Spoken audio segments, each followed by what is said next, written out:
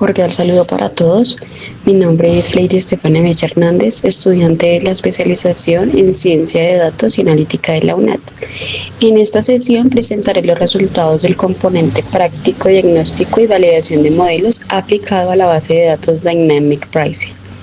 Este trabajo no solo busca aplicar algoritmos, sino validar rigurosamente si las inferencias estadísticas que obtenemos son confiables para la toma de decisiones en una organización. Objetivos.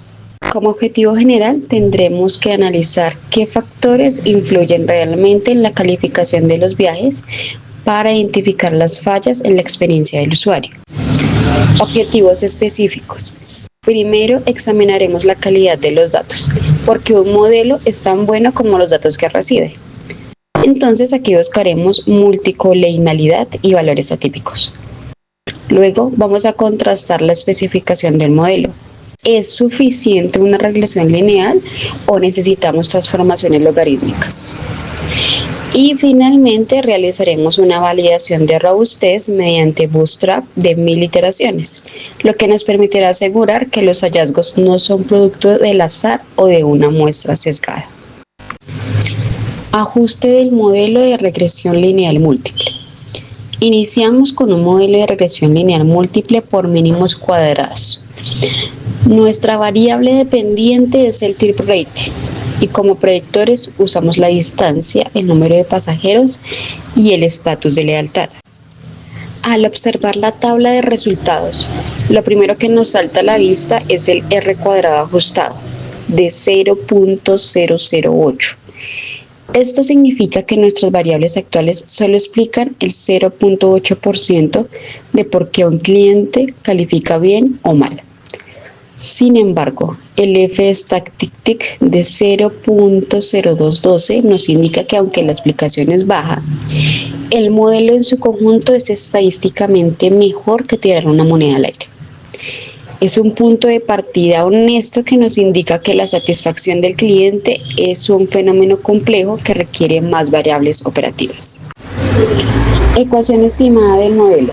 Coeficientes beta e interpretación, significancia estadística, valores P, R al cuadrado y R ajustado. Iniciamos con la ecuación como predictor de calidad. En esta diapositiva observamos la traducción matemática de nuestro modelo. La ecuación estimada, la fórmula trip rating sería igual a la constante que es el intercepto más el trip distance más el number of riders y más los customers loyalty 1 y 2. Ahora nos dice algo fundamental, el intercepto que es 4.3431 representa el punto de partida de la satisfacción. Es un escenario teórico donde la distancia fuera 0 y el usuario no tuviera ningún historial previo. La calificación esperada sería muy alta, casi de 4.4 estrellas. Sin embargo, si revisamos el trip distance, que tiene un coeficiente de 0.005, parece un número pequeño, pero nos indica una tendencia constante. Es decir, que por cada unidad de distancia que sumamos al viaje, la calificación promedio cae. Esto nos sugiere que el factor fatiga o el tiempo de exposición al servicio castigan la percepción del cliente. Lo más importante es su valor P de 0.009, que es mucho menor al umbral del 0.05. Y de esta manera confirmamos que este impacto no es casualidad, sino es un patrón estadísticamente real. También podremos ver el comportamiento de lealtad de los usuarios a través de las variables Customer Loyalty 1 y 2. Si revisamos el Customer Loyalty 2, vemos que tiene un valor de menos 0.0004 y es más significativo que el Customer Loyalty 1 que tiene menos 0.0378. Entonces, aquí vemos un problema de expectativa, porque los clientes con mayor nivel de lealtad califican 0.07 puntos por debajo de los clientes nuevos.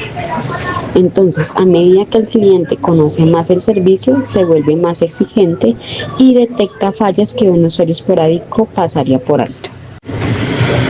Ahora, si revisamos los de no significancia, podremos ver Number of Riders, que tiene un valor P de 0.749, lo que es muy alto. Es decir, la cantidad de pasajeros no altera la calificación, sino que el usuario se enfoca en su trayecto y en su experiencia personal, no en quién lo acompaña. Entonces, hacer esfuerzos de marketing o generar incentivos en el número de pasajeros sería un error estratégico según estos datos. Diagnóstico de multicolinialidad y outliers. Antes de confiar en estos números, debemos verificar la salud del modelo. Evaluamos la multicolinialidad mediante el factor de inflación de la variación BID. Obtuvimos valores cercanos a 1.0, lo cual es excelente, y de esta manera garantizamos que los predictores son independientes, es decir, que no hay información redundante que esté inflando los errores.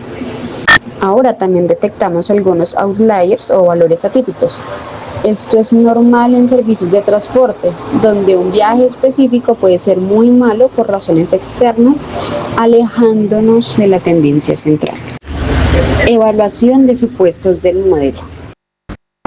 Una vez ajustado el modelo, el paso más crítico en la analítica no es mirar el resultado, sino validar los residuos o los errores del modelo, para que nuestras conclusiones sean válidas y no un simple espejismo estadístico. Por lo tanto, debemos comprobar que los errores se comporten de manera aleatoria y sigan las leyes de la probabilidad. En esta diapositiva vamos a evaluar los tres pilares fundamentales: normalidad, homocedasticidad e independencia. Iniciamos con la prueba de normalidad. Si observamos el histograma de residuos que se encuentra en la parte izquierda, podemos ver cómo la distribución dibuja una forma de campana bastante clara centrada en el cero. Esto nos indica que la mayoría de nuestros errores son pequeños y que se distribuyen de forma equitativa. Ahora, reforzamos esto con el QQ-plot. En este gráfico, si los puntos azules siguen la línea roja diagonal, confirmamos que los residuos son normales. Aunque vemos unas ligeras desviaciones en los extremos, la alineación en el centro es excelente. Esto nos garantiza que las pruebas de hipótesis y que los intervalos de confianza que calculamos anteriormente son técnicamente precisos y que no están sesgados. Si observamos la gráfica que se encuentra al lado derecho de residuos versus predichos, podemos buscar algo que estadísticamente llamamos homocedasticidad, que no es más que la constancia de la varianza. Si observamos la nube de puntos púrpuras, verá que se distribuyen de manera aleatoria, tanto por encima como por debajo de la línea roja horizontal, sin formar ningún tipo de patrón extraño como embudo o curva. Esto significa que el modelo es igual de preciso tanto para viajes cortos como para viajes largos, asegurándonos que no haya ningún error sistemático en nuestras predicciones. Finalmente, el supuesto de independencia se asume por el diseño del muestreo de los viajes, entendiendo que la calificación de un usuario no influye directamente en la del viaje capturado en el dataset.